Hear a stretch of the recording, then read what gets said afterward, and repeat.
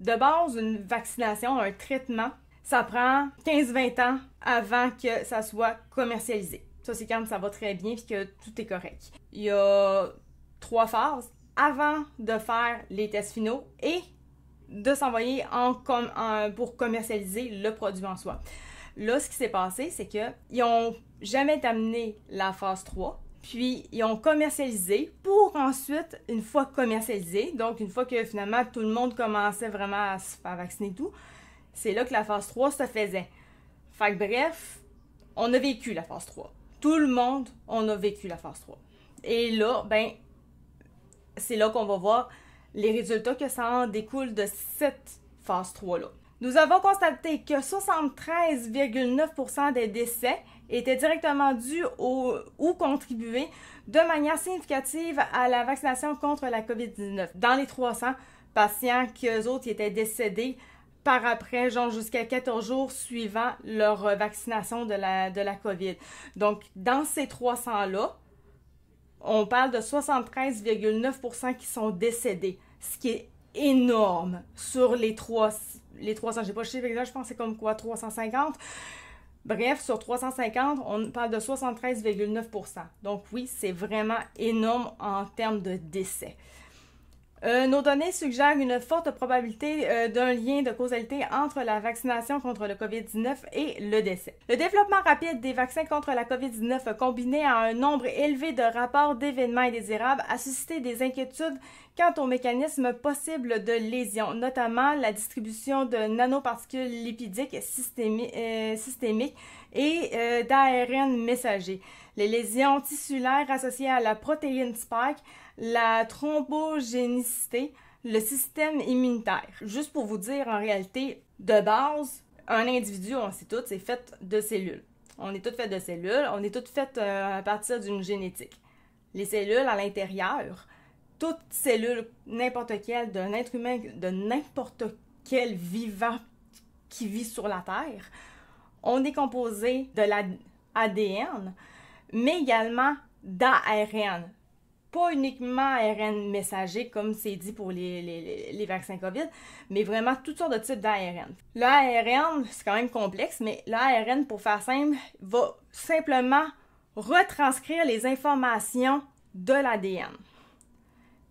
Et ensuite, on a n'importe quel type d'ARN va créer des protéines, et les protéines en soi, c'est comme une traduction de notre ADN en réalité.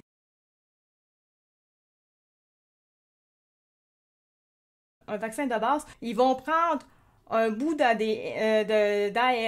d'un virus, il va être inerte ou inactif, et ils vont le mettre dans l'organisme de la personne pour qu'elle fasse des anticorps. Par contre, dans le procédé de la vaccination contre la COVID-19, ce qu'ils ont fait, c'est ils ont pris le virus lui-même de la COVID, qui était actif, puis ils l'ingèrent à l'intérieur de nous. Fait que dans le fond, en gros, ben c'est pour ça que plusieurs personnes, en fait tout le monde, malgré la vaccination, on a tous eu la COVID parce que c'est le virus lui-même actif qui a été injecté dans notre organisme.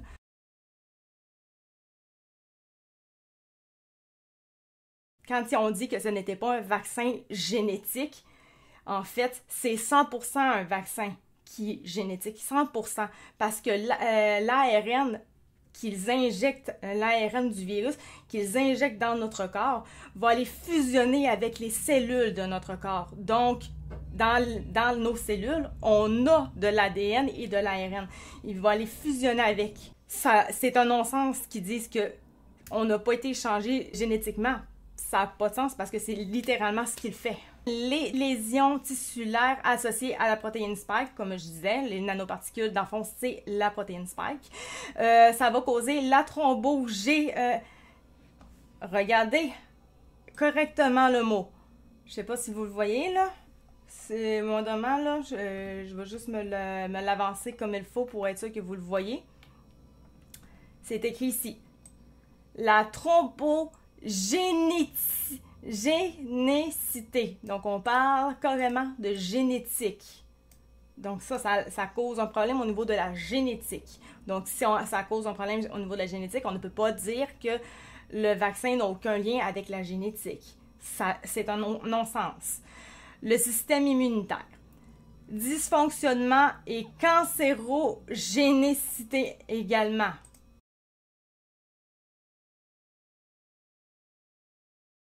Dans les études qu'ils avaient faites au niveau des cancers de la peau, ils ont fait sur plein de types de maladies X. Une des affaires qui s'est produite dans les effets secondaires, c'était de donner le cancer. Mais ils ont utilisé le même genre d'affaires pour la COVID-19. Donc, ils savaient déjà de base que ça pouvait causer des cancers.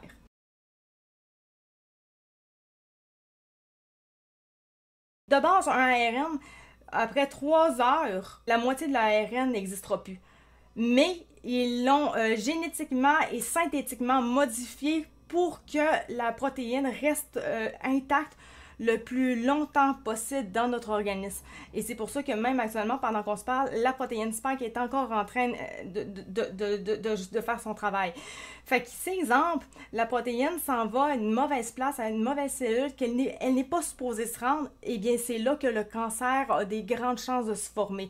Par exemple, si on retrouve l'ARN dans le cerveau, ben ça peut déclarer peut-être bon, je dis pas nécessairement que c'est ça que ça va faire, mais ça peut avoir un cancer au niveau du cerveau, il peut avoir plein de problèmes qui peuvent se faire, parce que l'ARN n'est pas supposé se retrouver à cet endroit-là, des endroits vitaux, c'est pas supposé, mais c'est ça qui se passe.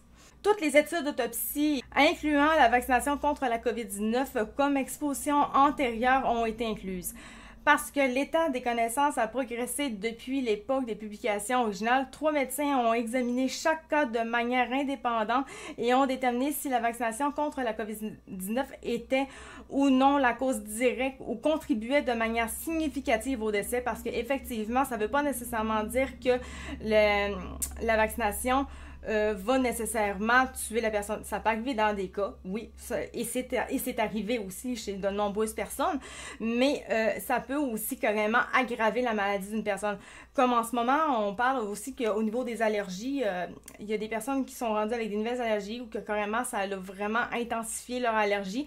Ben, la protéine spike, quand elle rentre à l'intérieur de l'organisme, elle va faire une inflammation au niveau des organes, mais en continu, tant qu'elle est là, elle va continuer de faire l'inflammation. Fait qu'en gros, le corps est toujours en train d'essayer de se protéger, de combattre cette affaire-là en continu, parce que la protéine n'est pas supposée. Elle n'est pas supposée être là, elle fait une merde, puis le corps réagit à ça. Fait que, ce qui fait que, tu sais, quand on parle de système immunité, que, tu sais, il y en a qui ont dit que leur système immunité, il était comme plus fragile depuis la vaccination, etc., ou en tout cas, ils s'en sont pas rendus compte que c'était depuis la vaccination, mais quand on compte le niveau de temps et tout, ben ça fait avec la vaccination. Ben en fait, c'est ça, c'est parce que à force de toujours se battre contre les mauvaises affaires, ben le corps, il vient fatigué. Fait que le système immunitaire, il est épuisé, puis plus que tu augmentes dans les doses, plus que ça rempire les effets de la protéine spike, parce que tu rentres encore toujours de la protéine. Fait que, tu sais, par exemple, ceux-là, ils sont rendus à 10 doses de vaccin. Ben, la protéine, c'est toujours plus de protéines qui ne ressort pas du corps encore. Fait que le corps est toujours encore plus en train de s'inflammer lui-même. Donc, c'est très difficile.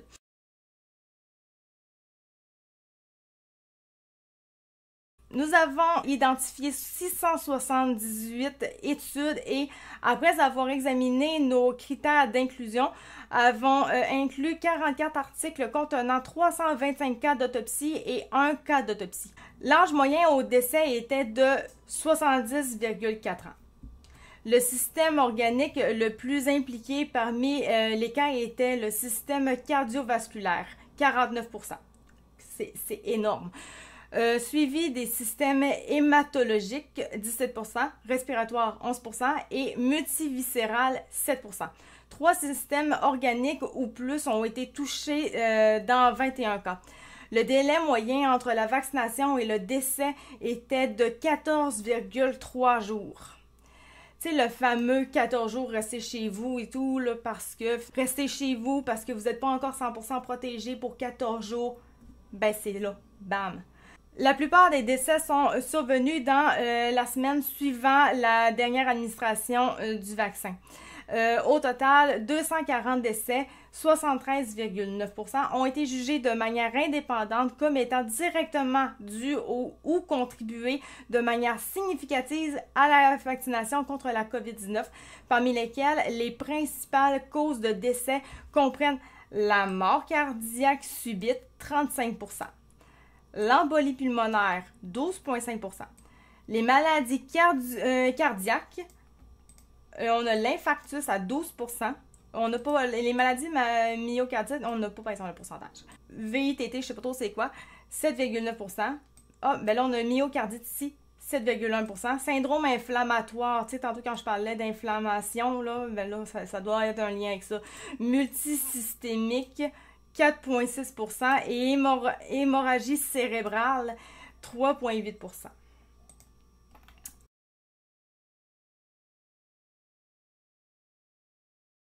Conclusion. La cohérence observée parmi les cas dans cette revue avec les mécanismes connus de blessures et de décès du vaccin contre la COVID-19 associés à la confirmation de l'autopsie par l'avis d'un médecin suggère qu'il existe une forte probabilité d'un lien de causalité entre les vaccins contre la COVID-19 et le décès.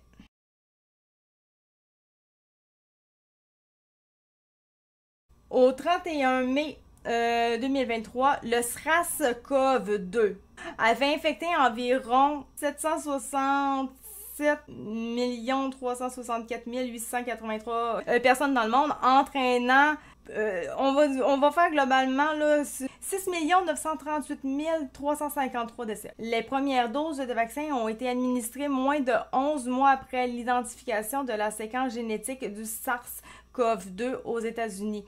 Tous utilisent des mécanismes susceptibles de provoquer des événements indésirables. La plupart impliquent la synthèse incontrôlée de la glycoprotéine spike comme base de la réponse immunologique. Donc, en soi, tout ce que j'avais dit dans mon montage vidéo de base, c'était vraiment quelque chose de complexe à comprendre.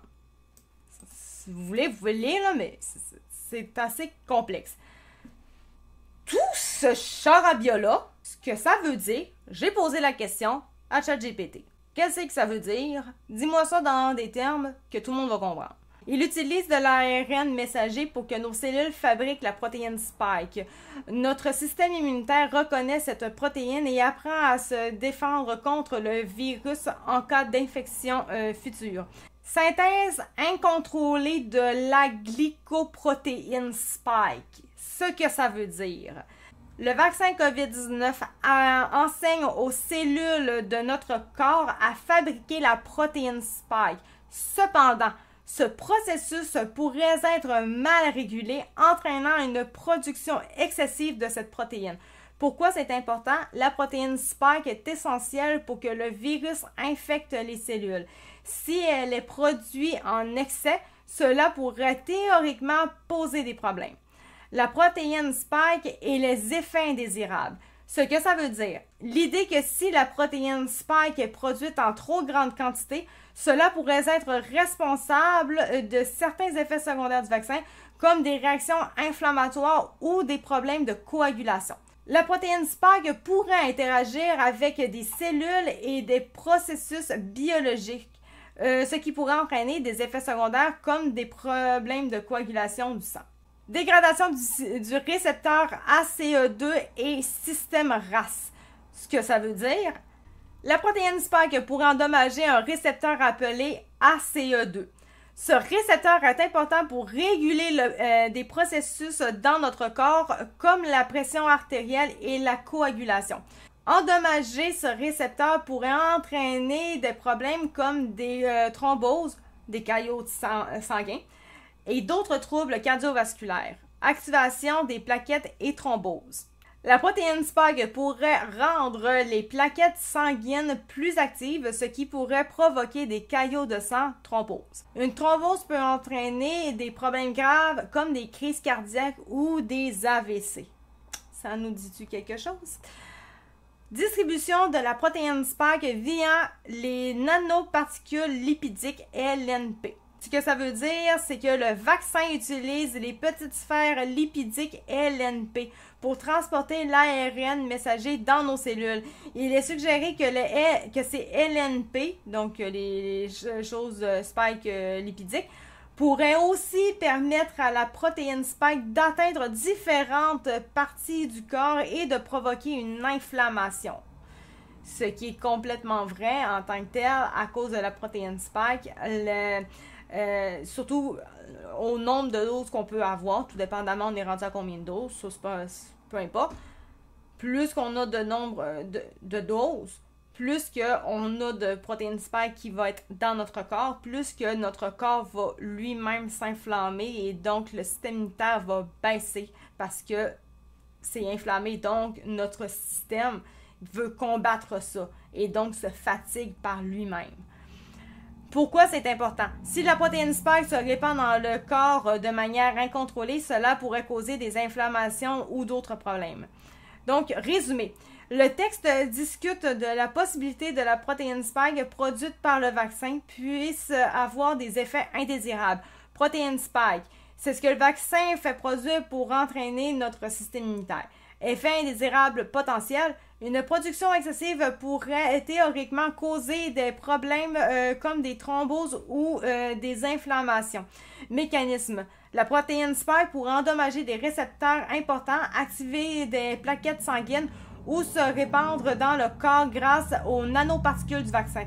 Avec le vaccin, ils nous ont rendu une usine à créer des anticorps à partir carrément de la protéine spike. On est une usine à ça, donc on est toujours en train de créer les anticorps et tout. Mais le problème, c'est que, tu sais, quand on parlait les variants, Omicron arrive, il faut mettre à jour le vaccin. En fait, la problématique, c'est qu'au moment où est-ce que l'Omicron arrivait, puis que là, ils nous mettaient le vaccin pour ce variant-là, il était déjà trop tard. Quand on était à Omicron, souvent on était déjà rendu à un autre variant de base. Fait que là, ils nous injectaient celui-là pour Omicron, mais on était rendu à un autre variant.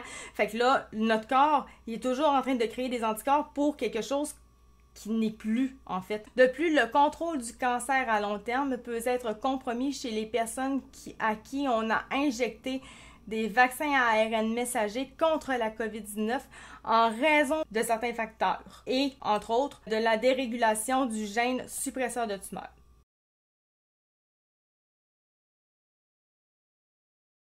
De plus, en lien de causalité possible entre les vaccins COVID-19 et diverses maladies a été découvert, notamment les troubles neurologiques, la myocardite, les déficits en plaquettes sanguines, les maladies du foie, l'affaiblissement de l'adaptabilité immunitaire et le développement du cancer, évidemment. Ces résultats sont détaillés par la découverte selon laquelle la vaccination récurrente, donc pas qu'une seule dose, mais à partir de 2 en montant contre la COVID-19 avec des vaccins génétiques, peut déclencher des niveaux inhabituels élevés d'anticorps qui peuvent conduire à une dérégulation du système immunitaire et contribuer à l'émergence de maladies auto-immunes, de myocardite et de croissance du cancer. En fait, qu'est-ce qui se passe à l'émergence? C'est que quand ils injectent le virus, le vaccin, le virus, vu qu'il est il a été modifié, les anticorps du corps en général ne le voient pas. Fait qu'il passe inaperçu jusqu'à ce qu'il rentre à l'intérieur de la cellule. Et le temps après ça d'aller se fusionner avec... Mais l'affaire, c'est que quand il est rendu à l'intérieur de la cellule, à un moment donné, là, les anticorps vont faire... ils vont faire « Ouf, un peu, il y a quelque chose de pas normal », mais il est déjà rendu fusionné avec la cellule. Donc, qu'est-ce qui se passe? Un virus qui est rendu dans une cellule... les anticorps en tant que tels, ils vont essayer d'attaquer le virus en soi, mais le virus, il est dans une cellule saine de notre corps. Donc, ça peut faire des maladies auto-immunes à cause de ça, et c'est totalement logique. C'est quand on parle des maladies auto-immunes, ça veut dire que ton propre corps est en train de se battre contre lui-même. Ben, c'est exactement ça qui se produit, étant donné que le virus est rentré dans une cellule saine de notre corps. Fait que les anticorps veulent juste le tuer. Les effets neurotoxiques de la protéine spike peuvent provoquer ou contribuer au syndrome post-COVID, notamment des maux de tête, des acouphènes, un dysfonctionnement autonome et une neuropathie des petites fibres, spécifique à l'administration de vaccins à vecteur viral COVID-19 AstraZeneca Johnson & Johnson. Un nouveau syndrome clinique appelé thrombocytopénie thrombotique immunitaire induite par le vaccin a été identifiée en 2021 et caractérisée par le développement de thromboses à des sites corporels atypiques associés à une thrombocytopénie, je sais même pas si je le dis comme du monde, sincèrement, sévère après la vaccination. La pathogénèse de cet effet secondaire, potentiellement mortel, est actuellement inconnue, bien qu'il ait été proposé que la VITT soit causée par des anticorps post-vaccination contre le facteur plaquettaire 4. Déclenchant une activation plaquettaire étendue. Le vaccin à base ARN messager provoque rarement une VTT, mais ils sont associés à une myocardite ou inflammation du myocarde. Les mécanismes du développement de la myocardite après la vaccination contre la COVID-19 ne sont pas clairs, mais on a émis l'hypothèse qu'elle pourrait être causée par le mimétisme moléculaire de la protéine spike et des auto-antigènes. La réponse immunitaire à l'ARN messager et l'expression dysrégulée des cytokines chez les adolescents et les jeunes adultes diagnostiqués avec une myocardite post-vaccinale ARN messager. La protéine spike libre a été détectée dans le sang alors que les témoins vaccinés n'avaient pas de protéine spike circulant. Il a été démontré que les séquences d'ARN messager du vaccin spike du SARS-CoV-2 peuvent circuler dans le sang pendant au moins 28 jours après la vaccination. Au moins, mais réellement, on ne sait pas exactement, de ce que je peux savoir, en tout cas, on ne sait pas exactement quand est-ce réellement que ça arrête la circulation. Là. À un moment donné, elle arrête, là, mais il n'y a pas de temps encore déterminé. Aux dernières nouvelles, mais ça a peut-être changé. Là. Ces données indiquent que des événements indésirables peuvent survenir pendant une période inconnue après la vaccination. La protéine spike jouant un rôle étiologique potentiel important.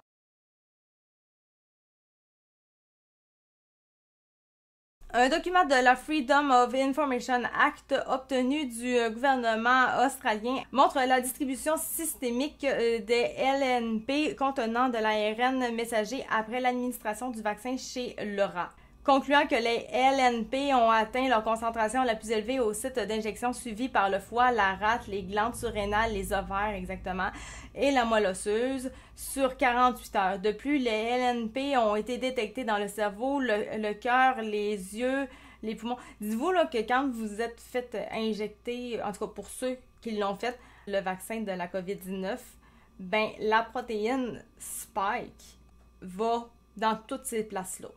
Le cœur, les yeux, les poumons, les reins, la vessie, l'intestin grêle, l'estomac, les testicules, la prostate, l'utérus, la thyroïde, vraiment, c'est vraiment partout. Là. La moelle épinière, le sang, regarde, s'ils en ont oublié, là, je ne sais pas, là, regarde, toutes les places qui sont moindrement essentielles à votre vie, à vos sens, peu importe, ça se place partout, là. En gros, c'est ça.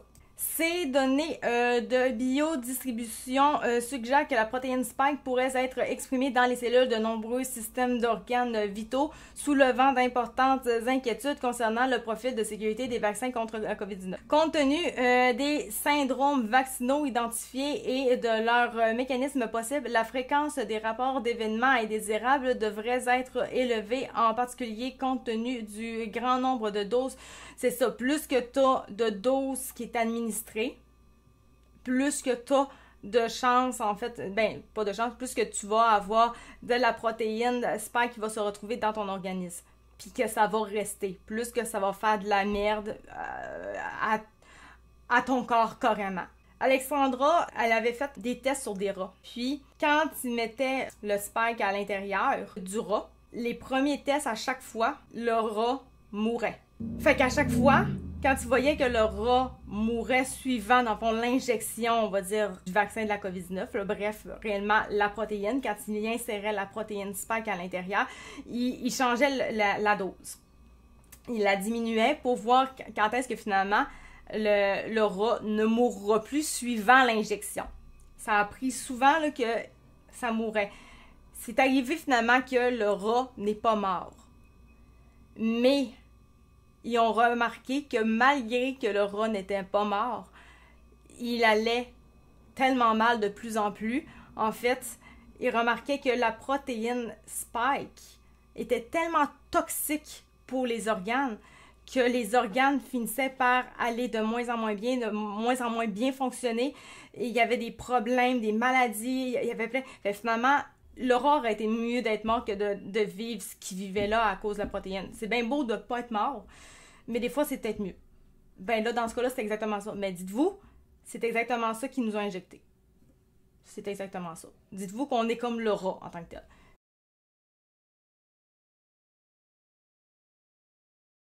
Normalement, un ARN, ça finit par partir. Mais là, cette fois-ci, il a été synthétiquement et génétiquement modifié, ce qui fait qu'il reste plus longtemps. Et jusqu'à maintenant, on n'a pas encore le temps que ça arrête. Donc, techniquement, on a encore toute la protéine spike qui fait encore ses merdes. On l'a encore en dedans de nous. Puis est-ce qu'elle va partir? De ce que j'ai pu comprendre à la date, à la fin du livre, en tout cas, elle part pas. Elle reste là.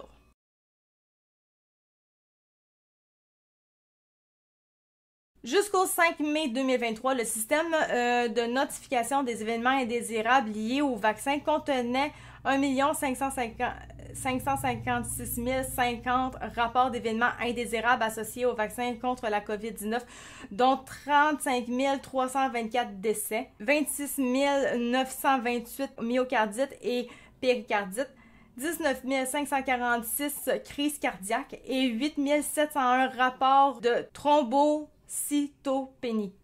Si le nombre alarmant de décès signalés est effectivement lié de manière causale à la vaccination contre la COVID-19, les implications pourraient être immenses, notamment le retrait complet de tous les vaccins contre la COVID-19 du marché mondial, la suspension de tous les mandats restants en matière de vaccins contre la COVID-19 et passeport, perte de confiance du public, évidemment, dans le gouvernement. Ça me fait un petit peu penser à...